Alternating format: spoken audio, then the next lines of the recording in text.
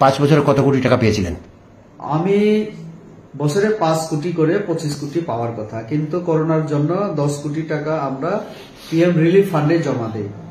মাননীয় প্রধানমন্ত্রী করোনা শেষে প্রত্যেক এমপি কে স্পেশাল 2 কোটি দেন। তো এই হিসাব করলে 3 বছরে 15 কোটি আর ওই 2 কোটি 17 কোটি এটা আমি খরচা করেছি।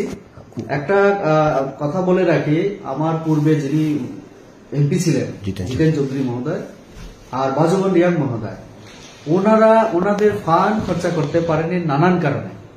ইউটিলাইজেশন সার্টিফিকেট ঠিক মতো জমা দেয়নি, কোনো কাজ করতে গেলে রেজিস্ট্রেশনের দরকার, যেমন সিএসআর ফান্ড আনতে গেলে একটা নিয়মে আছে, ওটা হয়নি, অনলাইনে আপডেট ছিল না, ফলে ওনারা টাকা খরচা করতে পারেননি।